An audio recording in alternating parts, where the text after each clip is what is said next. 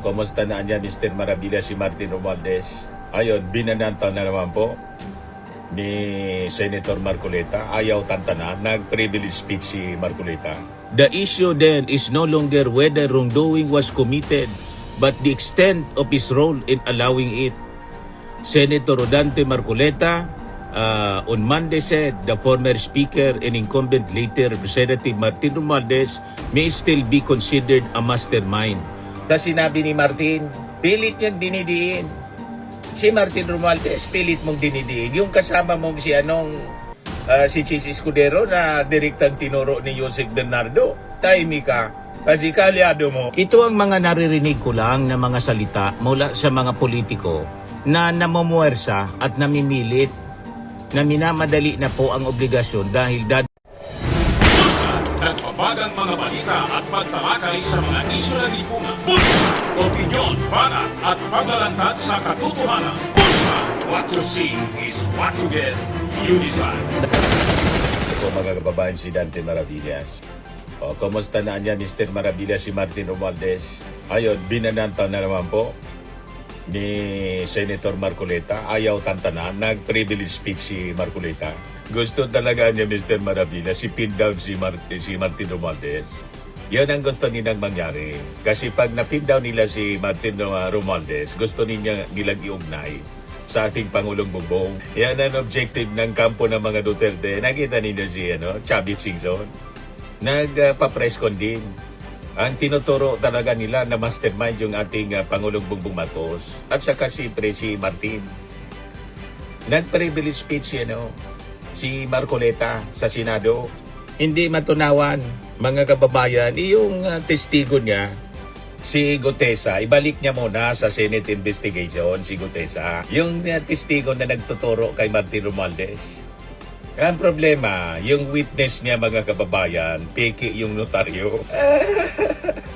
Sirang-sira si Marcoleta, mga kababayan. Hindi matunawan, kaya nag-privilege speech na naman.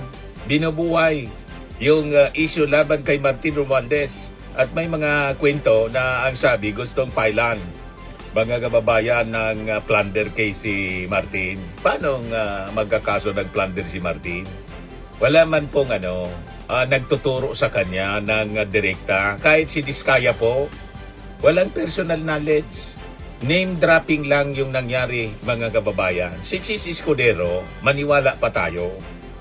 Tinuro mismo ni Joseph Bernardo, di ba, sa Senate investigation. Hindi pa rin matunawan si Senator Marcoleta, mga kababayan. Sabi dito sa report ng GMA. The issue then is no longer whether wrongdoing was committed, but the extent of his role in allowing it. Senator Rodante Marcoleta on Monday said the former speaker and incumbent later Representative Martin Romualdez may still be considered a mastermind of the flood control corruption if he created or tolerated an environment where anomalies could flourish. Yan yung sagot niya, mga kababayan, sa sinabi ni Martin kasi sa video. Di ba? Noong April 21, nag-post ng video si Martin Romualdez. Sabi ni Martin Romualdez, how can I be the mastermind? I was the former Speaker of the House of Representatives, but the House of Representatives is only part of the branch of government, the legislature. At saka yung budget po, hindi lang naman yung Congress yung nag-approve niyan. Pati yung Senado, napakaraming kamay ang humahawak sa budget. Nag-originate, mga kababayan, sa executive. So ang tanong, tama, paano niya ako naging mastermind? Galit si Marcoleta. Ayaw niyang maniwala sa sinabi ni Martin. Pilit niyang dinidiin. Si Martin Romualdez, pilit mong dinidiin. Yung kasama mong si Chis Escudero na direktang tinuro ni Joseph Bernardo, tahimik ka. Kasi kalyado mo. Ayan si Marcoleta, hindi matunawan. Nag-privilege speech kahapon. Mr. President, the former speaker also issued a statement that should deeply concern this institution and the entire nation. He declared that he will not go alone and that he knows many things about the current and the past administrations. What does this mean? If you're enlightened, This is not only a tacit admission that he is part of the whole mess, but also his preparedness to drag all others involved with him. Para bang sinabi niya na kung babagsak man siya, Ginoong Pangulo, hindi siya papayag na siya lang ang mag-isa. Ihilahin din niya ang iba pababa kasama niya. Nagsasabi lang ng totoo si Martin Romualdez. Kasi sabi ni Martin, hindi niya ako papayag na maging fall guy. Hindi niya ako papayag na maging scapegoat. Na siya yung dinidiin pagkatapos yung mga totoong sangkot sa korupsyon, past and present administration. Libre. Alangan man siya mga kababayan yung hahayaan niyang madiin siya pagkatapos yung mga totoong sangkot, libre. Hindi man po bobo si Martin Romualdez, matalino siya. Kung ididiin niya ninyo ako, kakalad ka rin ko kayo. Tama yon. Kasi siya yung hindi sangkot, siya yung dinidiin. Di kalad ka rin niya yung mga totoong sangkot. Tama, mga kababayan? Siya voluntaryo na nagpa-imbestiga at tanda niyang harapin. Ang problema, may mga naglalaro at siya mga kababayan napakalinaw. Walang direkta na nagtuturo sa kanya na may personal knowledge. Puro hearsay. Yung witness ni Marcoleta, piki yung yung notaryo at maging mga kababayan si Diskaya. Ito yung sinabi. Malinaw ang kwento. September 9, 2025, sabi ni Diskaya, I have no direct transaction with Romualdez Co. in project kickbacks. Gusto ko lang pong linawin sa kanila na wala po akong direktang transaksyon. Hindi po ako nagkaroon ng anumang klaseng transaksyon sa kanila. Diskaya said in an opening speech, is slightly backtracking from his statements at the counterpart probe in the Senate. Baka po nagagamit lang po ng mga politiko ang inyong pangalan. Napakalinaw. Ito ang mga naririnig ko lang na mga salita mula sa mga politiko na namumuwersa at namimilit na minamadali na po ang obligasyon dahil dadalhin sa inyo. Pero transaction sa kanila, wala po. Ginagamit yung pangalan ni Martin Romualdez kasi speaker siya. Pinagkakitaan yung pangalan ni Martin Romualdez ng ilang mga totoong sangkot. Kaya yun nagsabi si Martin, kung ako gagawin ninyong scapegoat, hindi ako papayag. Kung ako gagawin ninyong fall guy, sino man ang papayag sa ganon? Sa totoong sangkot, hindi ako papayag. Kakalad ka rin ko kayo. Yan ang banta ni Martin Romualdez. Past and present administration. Tama lang yon para ang maparusahan yung totoong nagnakaw. Hindi yung itinuturo lang na name drop. Walang direktang testimony po. Other than yung kay Gutesa, na hindi naman mapanindigan ni Gutesa, yung witness ni Marcoleta, kasi mas familiar si Marcoleta kaysa sa mismong witness niyang si Gutesa. Pinagtatawanan yung witness ni Marcoleta, kamot olo. Di ba? Kamot olo. Kinotes ni Marcoleta. Huwag ka niya nagmamadali. Basahin mo lang niya. Paragraph 20 niya. Basahin mo lang niya yung pinapabasa ko sa'yo. Kaya pag nagpapaniwala kayo sa kwento ni privilege speech ni Marcoleta, malilihis kayo sa totoong issue.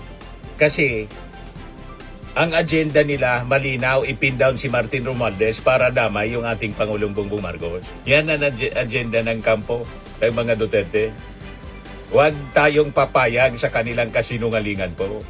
Tapos kay Chis Escudero na may direktang tinuro direkta mismo ni Roberto Yusik Bernardo. Tahimik itong si Marcoleta. Ito yung plunder talaga.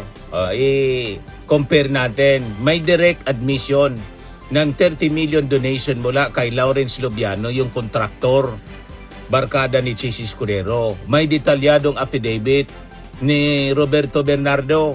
May specific na oras, lugar, halaga 280 million na kickback. May role sa BICAM 2025 up 142 billion na insertion. Ibig sabihin yan, may detalye, may documentation, may verifiable trail. Kay Romualdez naman po, peke yung affidavit, testigong walang personal knowledge, walang financial records, walang direct link. So ano ang ibig sabihin? Yung narrative, mga kababayan, narrative lang, walang substance.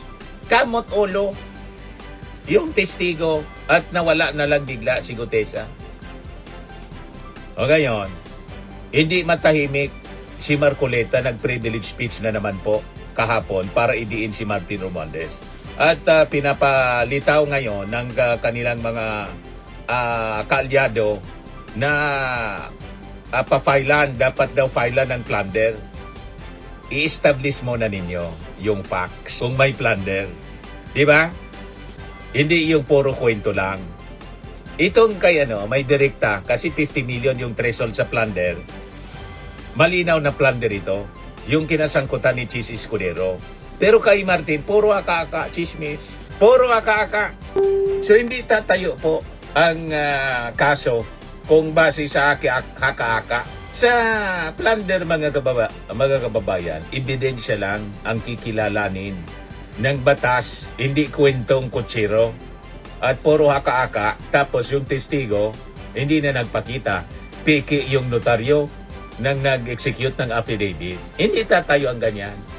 Doon pa lang sa affidavit na peke yung notaryo, bagsak na po. So kung wala pong patunay, wala kang kahit anong kaso, natatayo po sa hukuman. Ganon lang yon mga kababayan.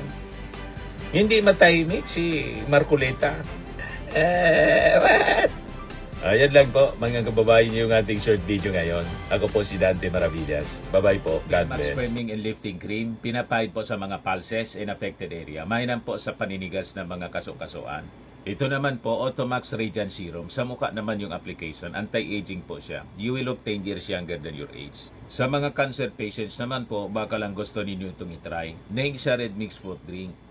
Hindi mo po siya gamot, food supplement siya. Kaya lang, gawa siya mga kababayan sa goji berry. Yung goji berry, may anti-cancer properties.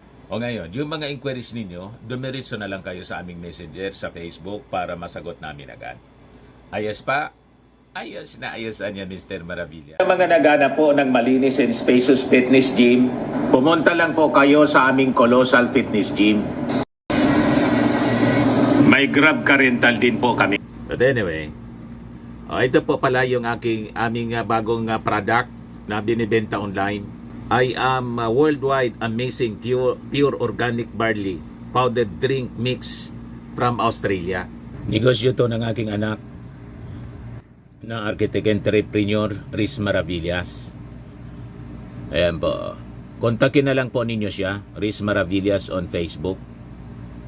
Ang mga health benefits niya, boost immunity, improves digestion, enhance energy levels, packed with antioxidants, prevent cancer. Ito naman po yung bago naming product na binibenta online. Eye Glow Serum, whitening po siya. Tingnan ninyo yung epekto sa aking anak na architect before and now. Yung mga inquiries po ninyo, dumiretso na lang kayo sa kanyang Facebook account, Riz Maravillas.